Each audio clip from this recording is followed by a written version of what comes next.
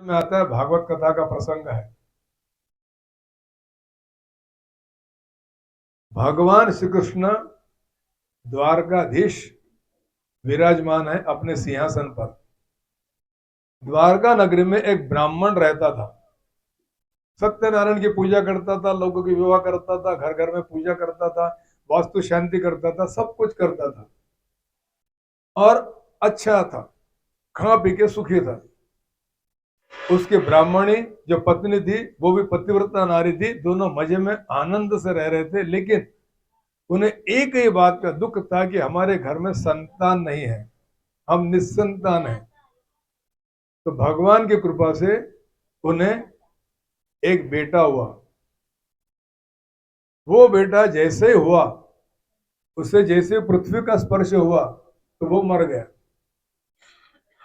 उस ब्राह्मण ने वो पुत्र लिया और भगवान श्री कृष्ण के पास गए और कहने लगे, भगवान, ये आपने मुझे पुत्र तो दिया, लेकिन जैसे पृथ्वी से स्पर्श हो गया ये तो मर गया।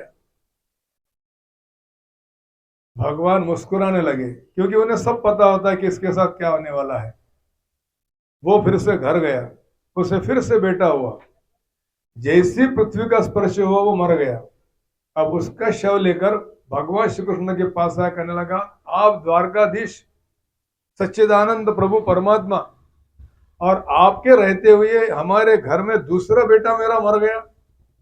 भगवान के बगल में अर्जुन खड़े थे। अर्जुन माहित है ना, पांडवों पैकी एक अर्जुन, वो बाजू में खड़े थे। तो भगवान के कहने से पहले ही अर्जुन उठकर खड़ा हो गया और कहने लगा, ब्राह्मण देवता, आप चिंता मत कीजिए, इसके बाद में आपको जो बेटा होगा वो मरेगा ही नहीं, मैं उसकी रक्षा करूंगा।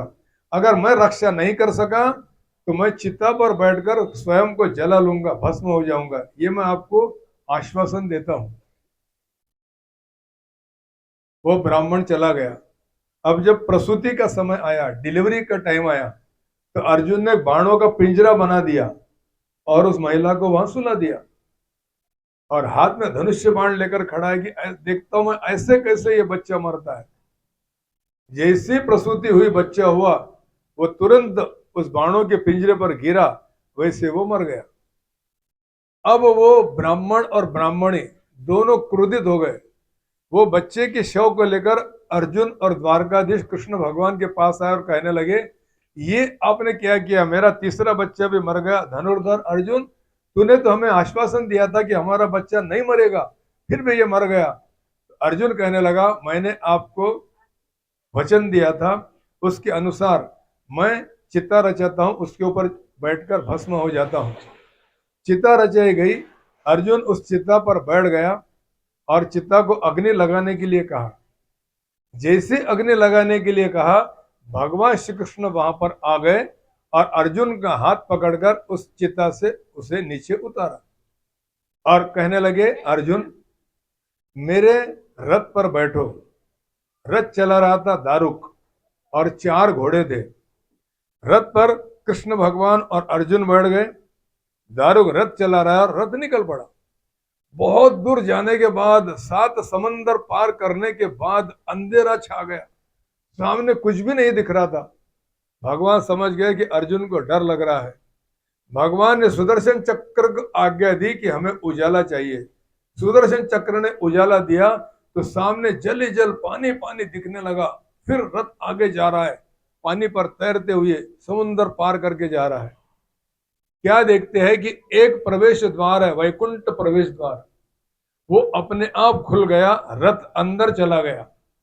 अंदर जाने के बाद इन दोनों ने देखा, कृष्ण भगवान और अर्जुन ने, कि विष्णु भगवान शेष शैया पर विराजमान है, शेष नाग पर, और उनके पैरों के पास लक्ष्मी जी बैठी है जो उनके पैर दबा रही है। नीला नीला पानी है, मंद मंद हवा चल रही है, भगवान मुस्कुरा रहे हैं, आधी आंखें खुली है और आधी आंखें बंद है। दोनों ने प्रणाम किया, कृष्ण भगवान ने और अर्जुन ने विष्णु जी को प्रणाम किया। विष्णु भगवान कहने लगे, श्री कृष्ण, अर्जुन, तुम नर और नारायण हो। नर अर्जुन और नारायण कृष्ण। तुम नर और नारायण हो। तुम दोनों को मैंने पृथ्वी पर जिस कारण से भेजा था वो कारण पूर्ण हो गया। तुमने पूरा राक्षसों का वध कर दिया, पृथ्वी का भार हल्का कर दिया। कृष्ण, अब तुम 125 वर्ष के हो गए हो। कृष्ण भगवान ने 11 वर्ष गोकुल में बिताए, 14 वर्ष मथुरा नगरी में बिताए और 100 वर्ष द्वारका नगरी में रहे। तुम 125 वर्ष के हो गए हो। अर्जुन, तुम्हारा भी काम पूरा हो गया। तुमने महाभारत युद्ध जीत लिया है और पूरी जमीन तुम्हारी हो गई, कौरवों को हरा दिया है, मार दिया है। तुम दोनों को अब मेरे पास आ जाना चाहिए।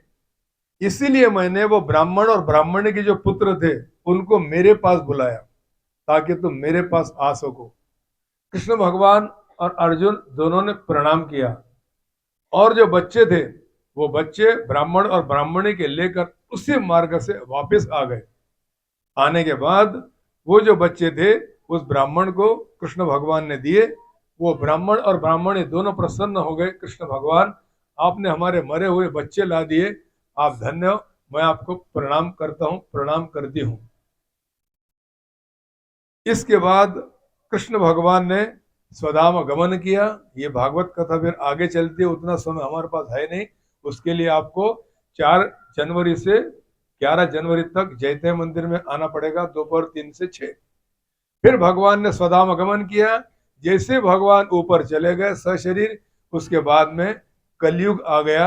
और ये कलयुग में क्या हो रहा है आप सबको पता है। कलयुग कितना भी बुरा होगा, कितनी भी शराब की दुकानें बढ़ रही होगी, कितना भी मांसाहार चल रहा होगा, कितने भी माता पिता को लोग नहीं मान रहे होंगे, सुपुत्र के बजाय कुपुत्र पैदा हो रहे होंगे, कितने भी पाप होते होंगे, कितने भी दोष होते होंगे, लेकिन ये कलयुग में एक ऐसी बात है जिसके कारण हम यहां से वैकुंठ में जा सकते हैं कलयुग रहने के बावजूद। वो कलयुग में एक ही बात है कि हम अगर भगवान का नाम लेते हैं तो इस कलयुग में भी हम भगवान तक पहुंच सकते हैं, वैकुंठ तक जा सकते हैं। ये कलयुग का प्रभाव है।